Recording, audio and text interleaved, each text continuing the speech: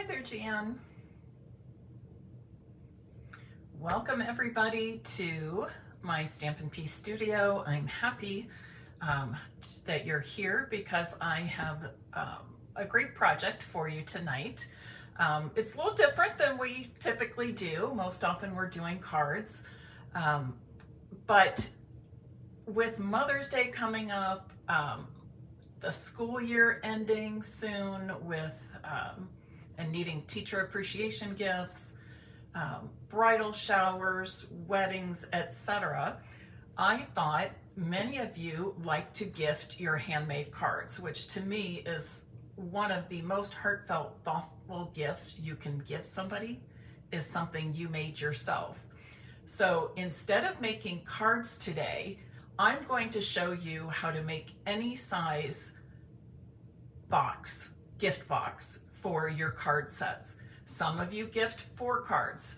I typically do about 6, and I have some different ways of packaging those. Some do 8. Some of you do 20 and give your recipients a great big stack of cards. But I want to show you, it's not so important that you know the size dimensions for every single size box. That's impossible. But I'm going to give you an equation today. Don't freak out, it is math, but don't freak out, it's really easy math. And I've done this quite a long time ago, but it came back to the forefront recently as I was participating in a creative retreat. And I thought I need to show this again because I think this is very useful for so many of you that enjoy giving away cards. And once you learn to make any size box for your cards, you can make any size small box for other small gifts, a pair of socks, a tie, a mug, all kinds of things, a candle. So stick with me, and I think we're going to have some fun today. And I'll also be showing you some of my, some more cards with my Growth Takes Time stamp set.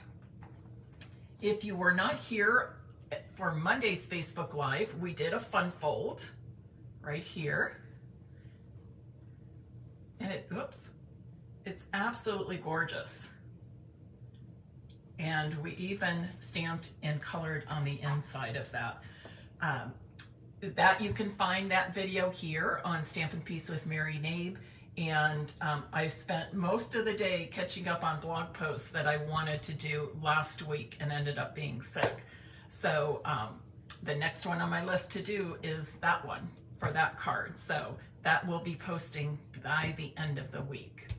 All right, I'm going to flip my camera around now and, excuse me, and we'll get started on making some card boxes.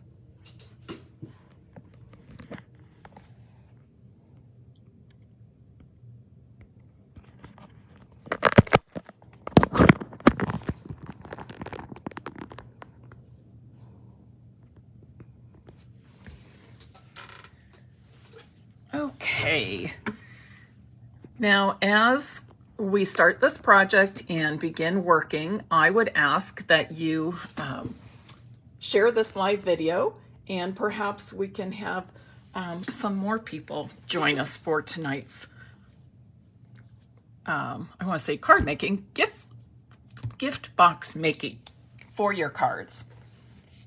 All right, and the formula is super simple.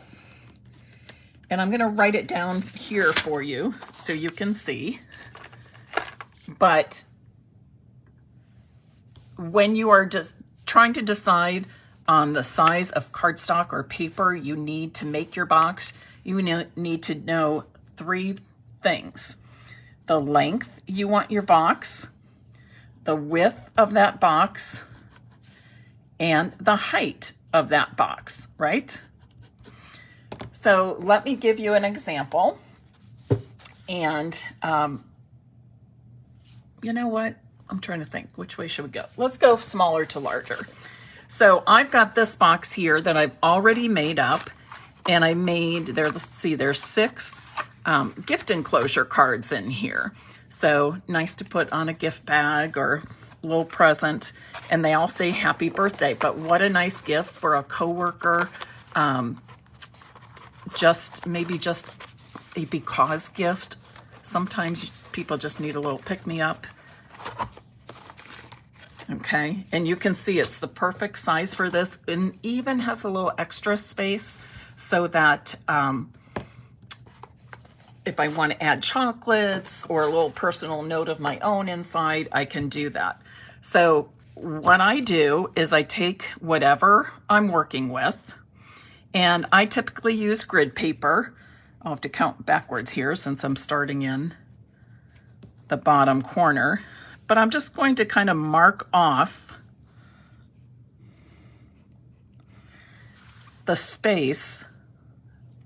Make sure I have that right. Yes, the space that these items take up. And I can see, you can even measure them. I just think it's easier to do it on here, and then I write my measurements right down. So my length is 3 1/4 inches. I'll put L here. My width is 3 1/4 inches. And then I need to determine the height. And you can do that a couple of ways. You can kind of do it like this. So it's going to be approximately 1 inch. Or you can do it this way and hold up your ruler behind it and look at the measurement from this direction. Read from the ruler. Typically, most of my boxes, not all of them, because it depends on how fancy the cards are, how many layers, how many are in the box. But I find that like 1 1/4 to 1 1/2 inches high is pretty good. And for what I'm working with today, I decided for the height of my boxes, I want to use 1 1/4 inch. All right. So I'm just going to put my measurements up here. So my length is 3 1/2 by 3 1/2 inches wide. And my height, I want to be 1 1/4 inches. Now, before we go on, the height, you're always going to multiply by 2. Okay, that's real important. The height needs to be multiplied by 2. So 1 1/4 times 2 is 2 1/2. And that's my height. So now I know how I'm going to cut my paper, because I'm going to add the height to the length. And I also am going to add the height to the width, because we're going to have the same height all the way around the box, aren't we? All 4 sides will be the same height. So from that, I now get 6 inches by 6 inches. And this tells me, I feel like back in my teacher days, bringing out a colored pen. So now this tells me the base of my box is going to be 6 inches by 6 inches. So I'm going to, and you can use the same color cardstock for top and bottom. For this demonstration, I am using, I'm going to pull that down so you can continue to see it. For this demonstration, I'm using a different color top and bottom. Okay, I hope you can see everything. So I know from my equation that I need a square that measures 6 by 6. This box is super easy because our length and width are the same. So I'm going to use that for my bottom. And I said I wanted my height to be 1 1/4 inches. So that tells me how I'm going to score. So on each side of my square, I'm going to score at 1 1/4 inches.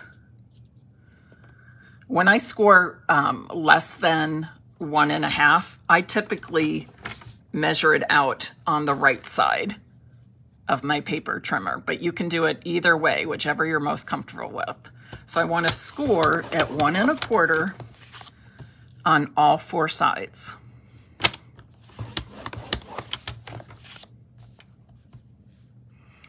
My goodness, we have people from everywhere tonight. From Annie in Indiana, which borders on Ohio, where I am, all the way to Melbourne, Australia. So thank you everyone for being here. So I've got that made 6 by 6, and I scored all 4 sides at 1 1/4. Now I need to make the lid.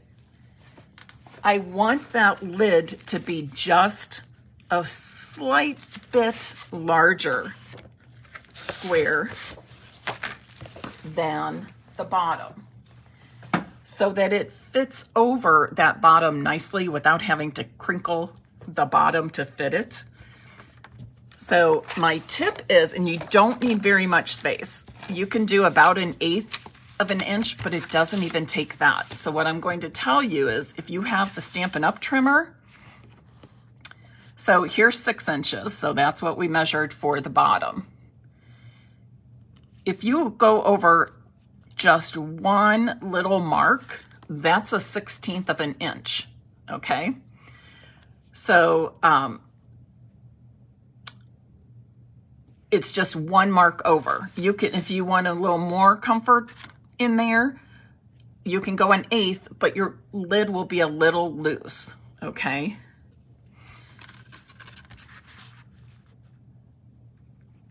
So I'm going 6 inches and then just to the first little mark here, which is 1/16. But you really just need to, if you have the same trimmer, just remember it's one little mark over. So 6 6/16. Now, even though I cut my square slightly different, I'm still going to make the height of my lid the same as the height of the bottom, okay? So that's 1 1/4, 1 1/4, 1 1/4, and 1 1/4 all the way around. So again, this is my bottom and my top. I always prefer to make my bottom first, put that together first. My snips. So now we're just going to, you know what, we can score first. You can cut or score first. Most people score first. Sometimes I have the habit of cutting my tabs first, but it is a little quicker and easier to burnish all these score lines first and then do the cutting.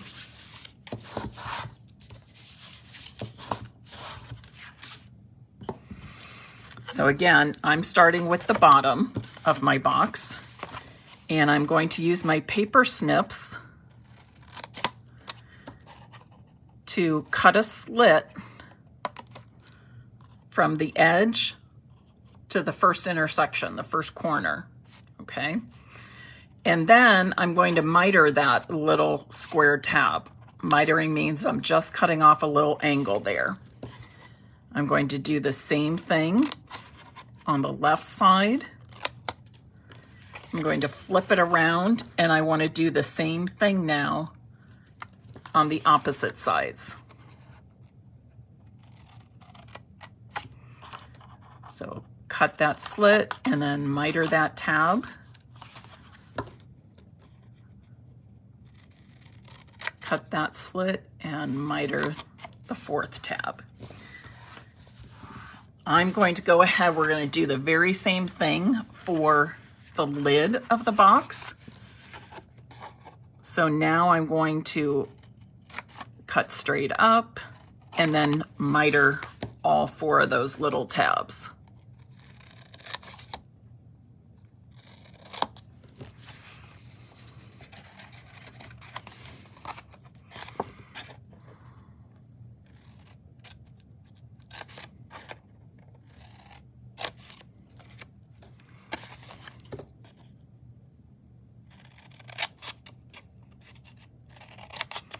And that's it. Now we're ready to put the box bottom and top together. Again, I just like to start with the bottom. You want to use a strong adhesive. I'm using my Stampin' Seal Plus. This is what I typically use for boxes, bags, 3D items, and it works very well. Stronger than the regular seal. You could also use multi-purpose glue. You could use our tear-in tape. So you have a lot of options. So now I'm just going to tuck in each of those small tabs. And I'm tucking them, each one behind a large tab. And that forms the four corners of your box bottom.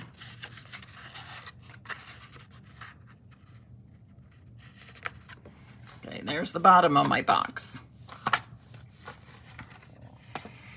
And you can see I've got 6 of my 3x3 cards, happy birthday gift cards, gift enclosure cards, I should say, and the 6 envelopes. And you can see I've even got extra space. Sometimes I only cut, I measure like 1/8 inches, but for this demonstration, just to make it easier for all of you, I'm keeping it 1/4 inches and 1/2 inches when I measure, okay? 1/4 inch increments instead of 1/8 inch increments. But if you wanted your items to fit just a little more snug in there,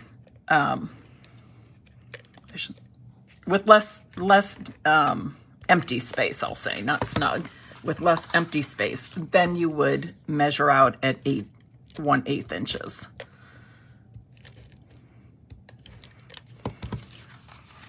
Some people are opposed to using those 1/8. So I'm keeping it easy for everyone. And it doesn't hurt. You certainly don't want your box too small, but you certainly are okay if it's just a wee bit big. You know, I could still tuck in here maybe a couple Ghirardelli square chocolates.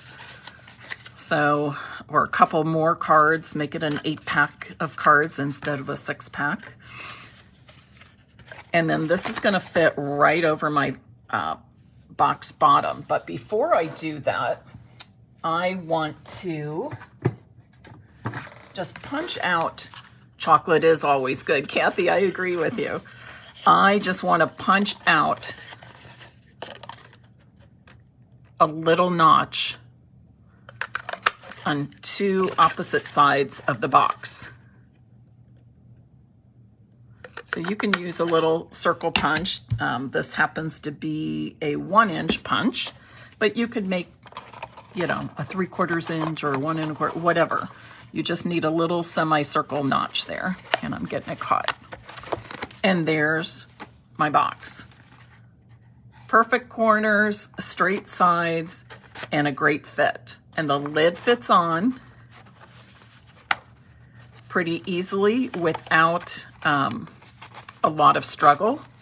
Again, if you want to go to, when you're measuring out the top, go 1/8 inch larger, that's fine.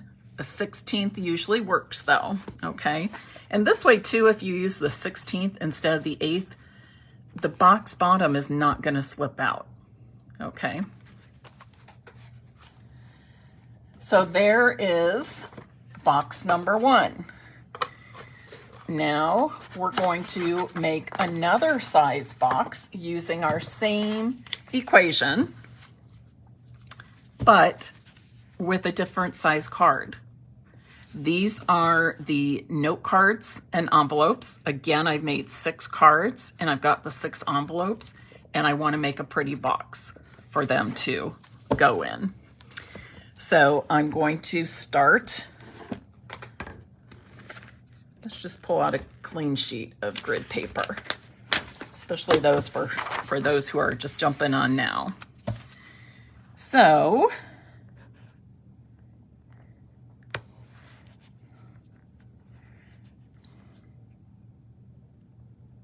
we're missing like a little 1/8 because that's where the binding is on that pad.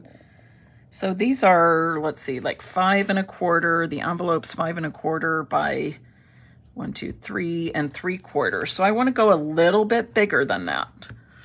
So I'm going to go 5 5.5 inches by, and just to play it safe, I want to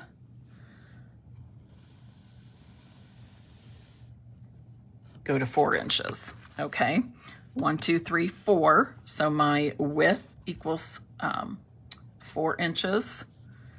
My length equals 5.5. And I'm going to make the height of my box the same as I did for the first one. Our first one measures 1 1/4 inches high, 1 1/4 inches high. And I can set these side by side and I can see it's going to be a perfect height for this set of cards. All right.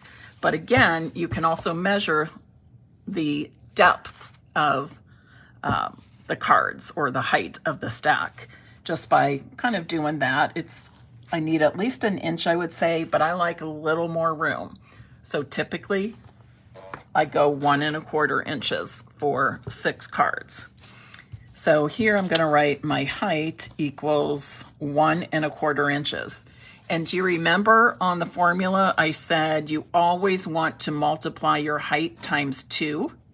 Because we have this, so we've got length and width, but our height is the same all the way around. So I'm going to multiply that by 2. So that is 2.5 inches for our height. And the way I get that is, think of it this way.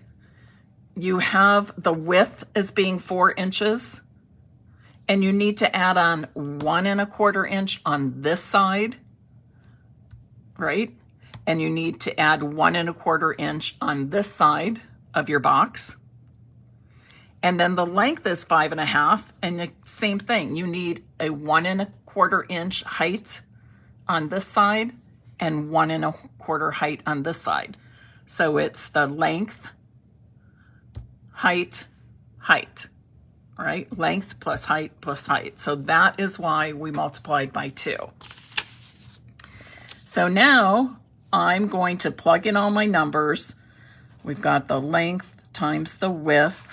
So it's 5.5 by 4 inches. And I'm going to add to each of these dimensions the 2.5, right? We determined our height and we multiplied by 2. So I'm adding that to each of the dimensions, the length and the width. So 5.5 and 2.5 is 8 inches, and 4 plus 2.5 is 6.5 inches. So that's how I need to cut my cardstock to make a box that fits this size card. Okay. Pat, I don't know if those small graph papers are on sale. I like to use them a lot, so I bought a bunch to stock up, and if I have to remember correctly, they were not, but you'll have to check that out. Let's see. Okay. And again, I said for demonstration purposes, I'm using 2 different colors cardstocks for the top and bottom of the lid. Okay. Yes, they are going away, Pat. They're completely retired, and Tony says they're out. So I am going to pull out a piece of crumb cake cardstock for my bottom. And I've got Granny Apple Green for the lid of my box. And like I said, I, for some reason, always start making the bottom of the box. I don't know why, but that's just kind of my routine. So I know that I need this box bottom to be 8 inches by 6.5. So I'm gonna go, let's see, where's 6.5 here? 6.5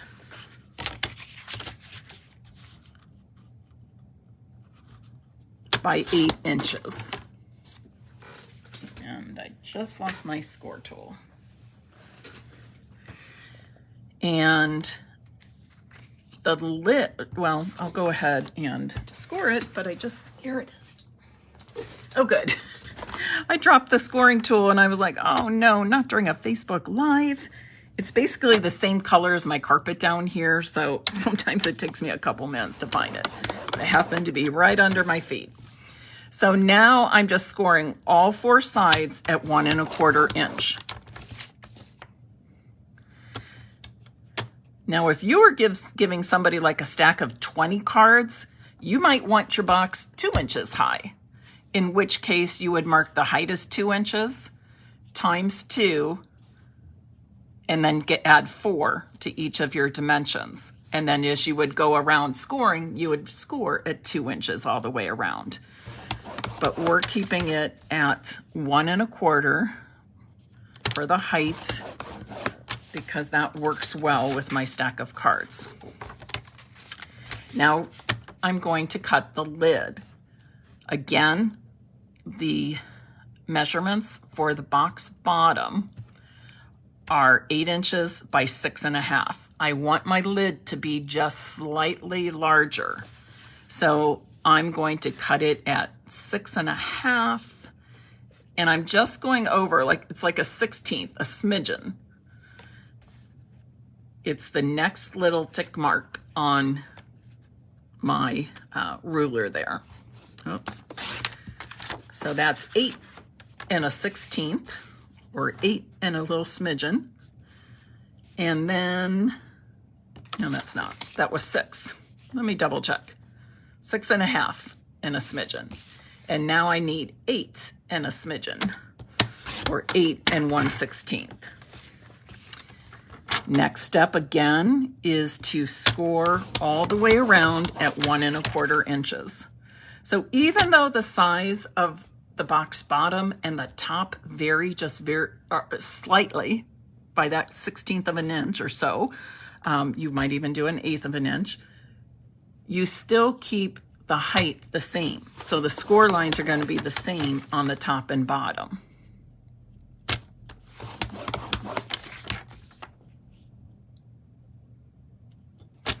This helps too if sometimes you have those, like at Christmas it seems to happen to me. I'll have just kind of a small present and I don't have just the right box. It's either too big or too small.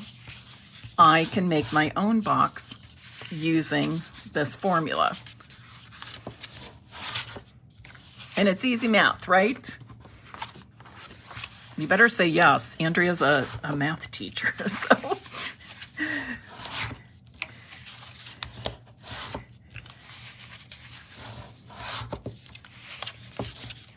Okay. So once again, I'm pulling out my paper snips. I need to cut a slit and then a little angled, mitered corner on each of these small tabs.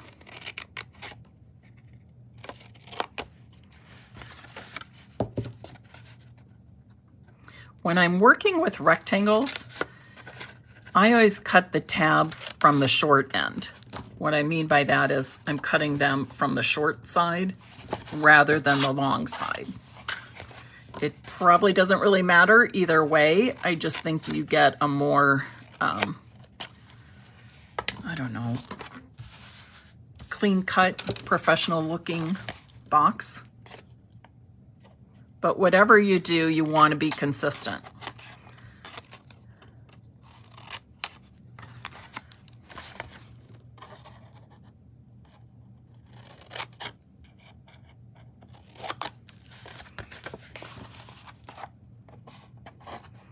Sure, I'm glad you find this helpful.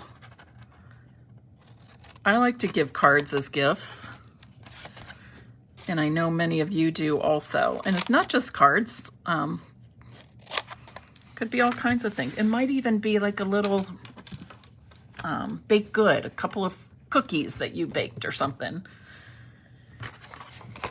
And now is when you need to pull out some good adhesive. I'm using Seal Plus again. I like to use this for, any of my 3D projects. And this one just, I don't know, I caught, okay, maybe not. There we go. I don't know why I can't get it on this other corner. Let me try again. Kind of is tearing the paper off for some reason. There we go. Oh, I went a little too far over. Okay, I think I can work with that. And now you're just going to tuck in all those small tabs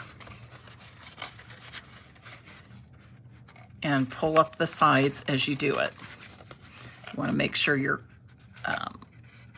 corners and edges are all meeting.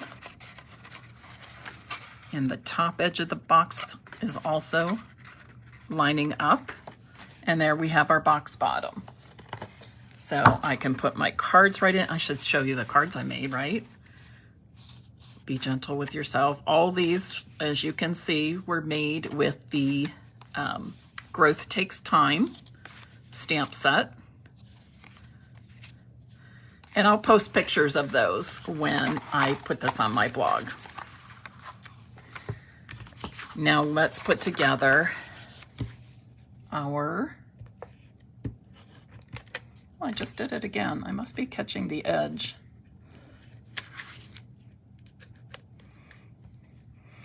If you don't care for Seal Plus, multi-purpose glue is a good choice, or the tear and tape. Any of those are good for 3D items. You just want something that's going to adhere and stay adhered. Good strong adhesive. Again, just matching up my corners and edges.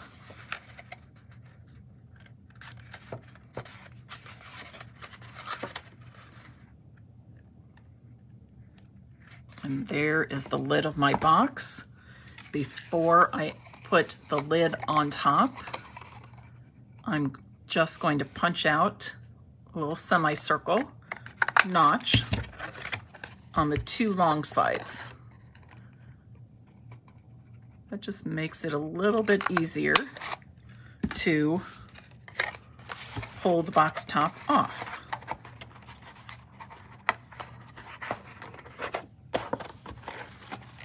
And what a nice fit, right?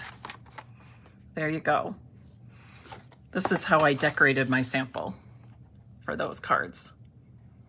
I decorated the top of the box so that it coordinated with the cards that were inside. Now, you're going to want to know how to make, we've done 3x3 cards. We've done the note cards that measure 5 by 3.5 inches. And I'm sure you want to know the size, how to make a box for our standard size cards, our A2 size cards. And I have to say I had everything ready, except I needed to color my trees and put them on with dimensionals, and I got a bit distracted by something, so that didn't get done in time.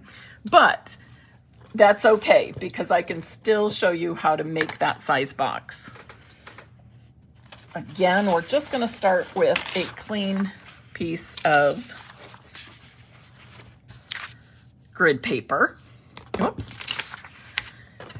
And these envelopes measure, looks like 5 3/4 inches by 4 3/8.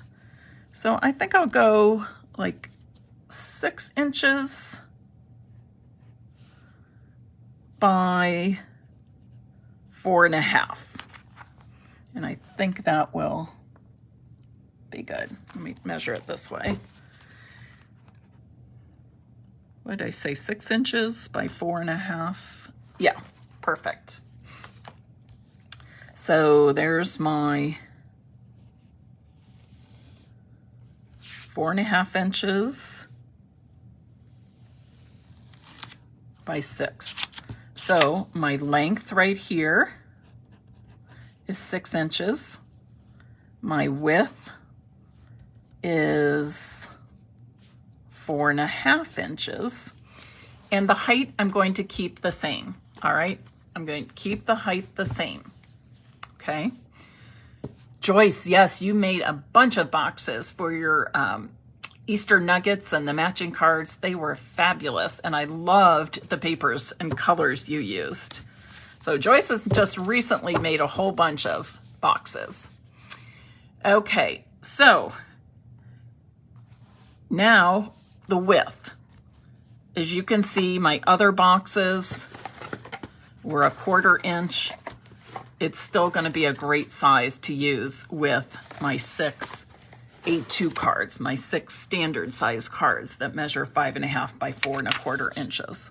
So I'm going to write that up here, that my height is going to be 1 1/4 inches. But think about it though, if I had 20 of these, obviously I needed a different height, right? 2 inches. So it kind of depends on how many cards you're putting into your box and how many layers you have on the box, okay? So, as I said, for making the other 2 boxes, we always double the height. So 1 1/4 times 2, or 1 1/4 plus 1 1/4 is 2.5. So I want to remember that, and then I've got my other measurements here. So length times width, 6 inches by 4.5 inches, and I need to add this 2.5 to it, right? Height on each side. And so now I know that I need to cut my cardstock, let's see, 8.5 by 7 inches. All right. And do you see, I didn't memorize any of these figures. I went through and did the math. So as long as you know this, you're good to go. Length times width, and then you determine your height and add double the height, okay? So you might want to write it down somewhere, okay? You can do a little cheat sheet like this even, okay? All right. Grab this, and this time I'm going to use a white base, a white bottom, oops, and a granny apple green top. Actually, I'm going to change that. I'm going to make the granny apple green the bottom and the white be on top, okay? So I know 8.5 by 7 inches is how I need to cut my cardstock. Our cardstock is already measuring 8.5 inches. Okay, if you're using something other than 8.5 by 11, you'll need to measure that out, that 8.5. But I know that this is 8.5 inches by 7 inches, right? 8.5 by 7. And then I need to score at 1 1/4 inch all the way around.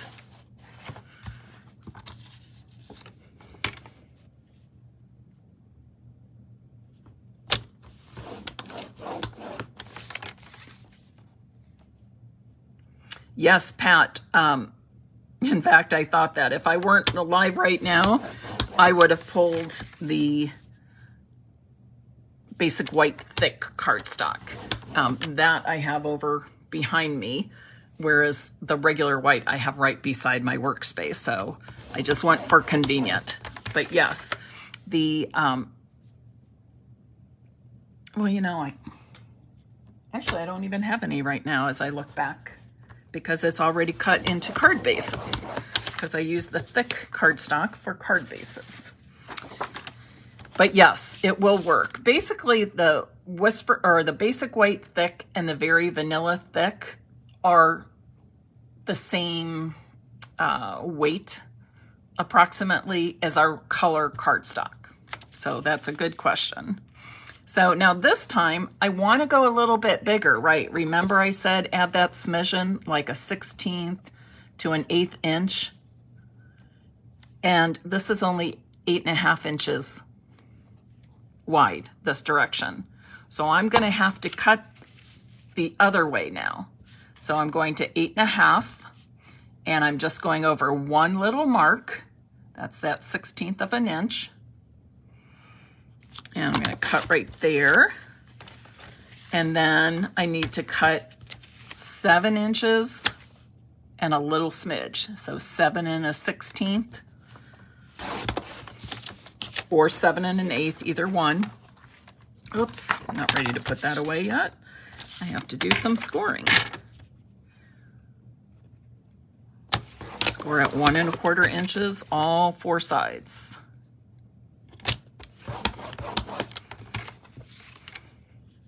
I know this is kind of repetitive doing the 3 boxes, but I wanted to walk you through step by step on each of them to help you work through the math, help you kind of remember that formula. In doing so, then you'll be able to make any size box at any time. Might not be for cards, could be for something else.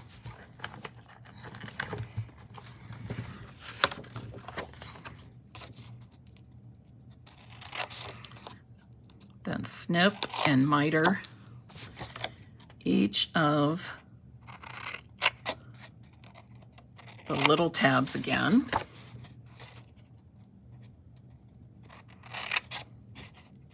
Work on the short sides. Whoops.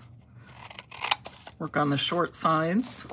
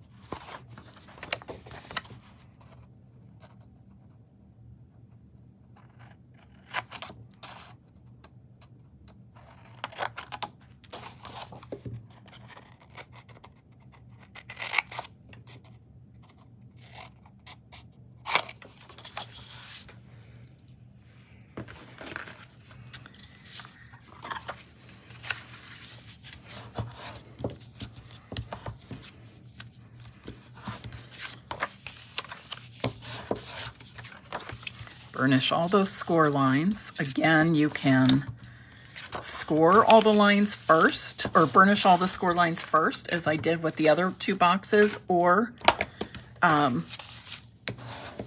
cut the tabs first and then burnish. You're right, Annie. Repetition is where it's at.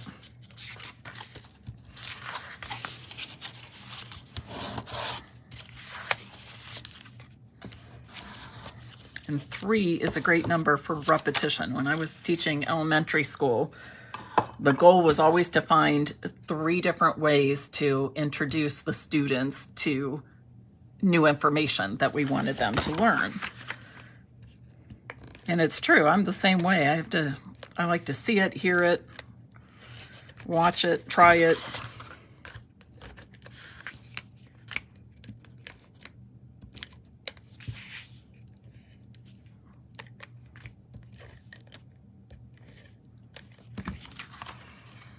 The Seal Plus is a little temperamental. You have to be patient with it. But once you get the hang of working with it, it's excellent. But again, tear and tape is another good option for the boxes. And then, of course, multi-purpose glue. Can handle just about anything, right? Must be the optical illusion, because I'm thinking, oh, that seems too small.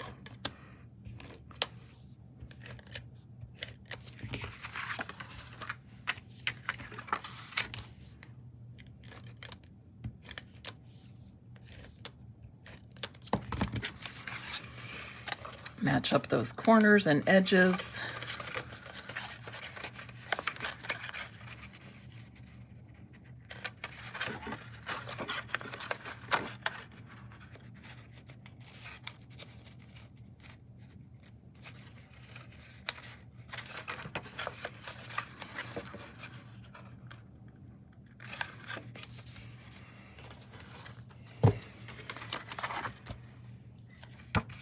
And yes, I will finish up those cards before I give the gift away. Again, I'm just making a small semicircle punch on the two long sides. Just like that. Again, just nice, clean lines and corners, and look super awesome. So there we made 3 different size boxes for 3 different size cards. And again, we use the same math equation or formula. We determined the length times the width. We decided what the height of our box needed to be, and we added the height to the length and the width twice, right? 2 times the height plus the length, 2 times the height plus the width, okay? So you want to use keep this as your cheat sheet, you know, where you've got all your important stuff, important crafting notes, put it there, okay? All right, I think I showed you all the cards I made. I'll have to finish that last one. Let me flip this back. Sorry for the movement, but this way I feel a little more normal if I see myself talking to people instead of just talking to the screen. I do have a giveaway. I'm not giving away the boxes. That's a little challenging to send, but I'm going to give away a stamp pad. When I got my pre-order, there was an extra, what is it called? Pebbled Path ink pad in my box.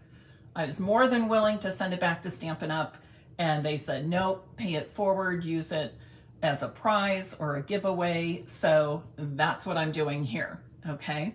So if you are interested in possibly winning the Pebbled Path